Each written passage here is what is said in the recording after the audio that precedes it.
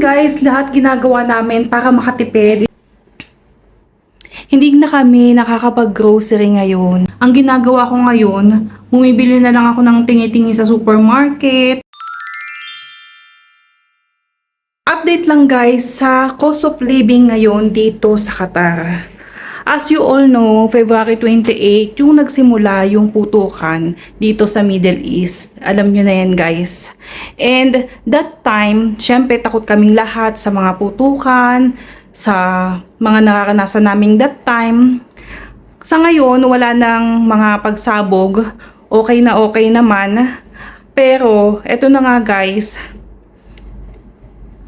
Ngayon naman ang nararanasan namin yung pagtaas ng bilihin. As in, ngayon guys, sobrang taas ngayon ng mga pagkain dito sa Qatar. Grabe, alam nyo ba, hindi na kami nakakapag-grocery ngayon. Sobrang tipid na namin ngayon sa pagbili ng mga pagkain, ng mga chicken, beef, talagang nagtaasan lahat.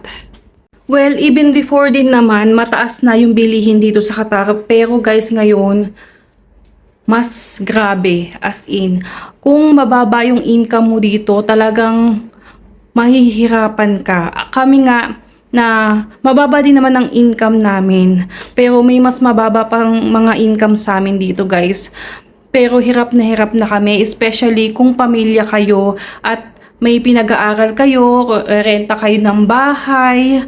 Talagang ang taas ng magiging cost of living ninyo. Kaya, grabe guys, ngayon, struggle talaga kami, especially ngayon, nalilipat kami ng bahay. Alam nyo ba, pakita ko sa inyo. Pasensya na kayo guys sa kalat. Alam nyo ba kung bakit naka-plastic bag tong mga gamit namin? Ilang damit namin yan guys. Kaya ko sila nilagay sa plastic bag. Kasi, alam nyo ba yung box na medium and large is nagkakahalaga na ng 15 riyals to 25 riyals. Imagine kung lahat yan bibilhan ko ng box isa-isa. Syempre, hindi ko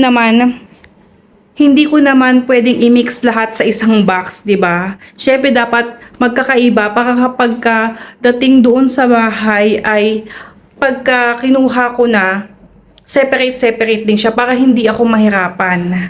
Pero dahil nga ang mahal ng boxes, so naisip ko, isang beses lang din naman gagamitin at isang araw lang din naman maglilipat, tapos tatanggalin ko na din naman. Tingin ko mas okay na yung ganito, plastic bag. Siyempre, hindi nga lang siya magandang tignan, especially dito sa mga videos ko, mukha siyang basura. Pero guys, mas malaki naman yung matitipid namin. Yung pera na ibibili ko ng mga boxes na yun, ibabayad na lang namin dun sa mover, yung naglilipat ng mga gamit. Dun na lang namin ibabayad kesa ibili ko ng mga boxes na isang beses lang naman namin gagamitin. Tapos, itatapon na or kaya ilalagay ko sa bahay. Saan ko naman din ilalagay yung sobrang daming boxes doon sa titirhan namin, 'di ba? E di mag-occupy pa yun ng space sa bahay namin doon. Ngayon guys, lahat ginagawa namin para makatipid, especially ngayon nalilipat nga kami. Ang dami naming gastusin sunod-sunod, bayarin sa eskwelahan, bayarin sa uupahan namin, padala sa Pilipinas, lahat yun sabay-sabay na binabayaran namin, plus yung sobrang mahal ng bilihin nga ngayon, as in.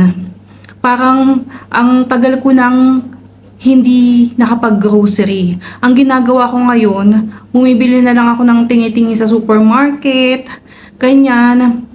Kasi nga, hindi ako makabili ng maramihan ngayon dahil nga ang taas talaga lahat ng bilihin ngayon. Hindi din ako makapag-vlog masyado ngayon dahil nga super busy ako, ang dami kong ginagawa at hindi talaga ako makapag-focus sa pag-video kasi na parang bumabagal ako kapag nag-video ako, kaya minsan hindi ko na-video lahat ng ginagawa ko. So guys, kapag dumating na kami doon sa bagong bahay, I promise na everyday or almost everyday mag-vlog tayo. Actually ngayon, 3 times a week akong nag-vlog.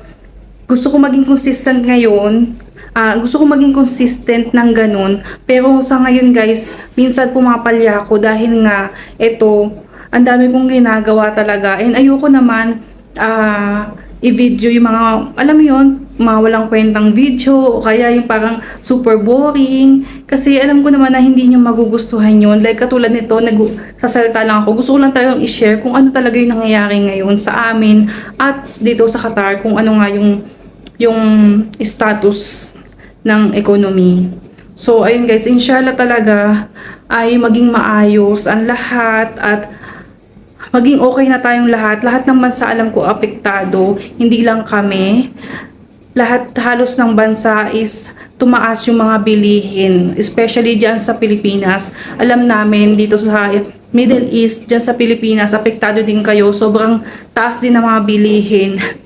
Lahat tayo guys talaga apektado. Sana matapos na yung problema at sana magkaayos na lang sila para alam mo yun, kasi lahat tayo apektado, lahat tayo naghihirap ngayon, as in mataas ang sahod or mababa ang sahod, lahat talaga as in nahihirapan ngayon. Yun lang guys, hindi ko na masyadong hahabaan yung video na to. And please guys, watch my videos. Gagandahan ko yung mga videos ko, promise. Alam ko, yung mga past videos ko, feeling ko naboboring kayo. Kaya parang ang baba ng retention ko. Pero guys, I promise, gagandahan ko yung mga susunod kong mga videos para sa inyo. Yun lang guys, and thank you so much for watching. Bye!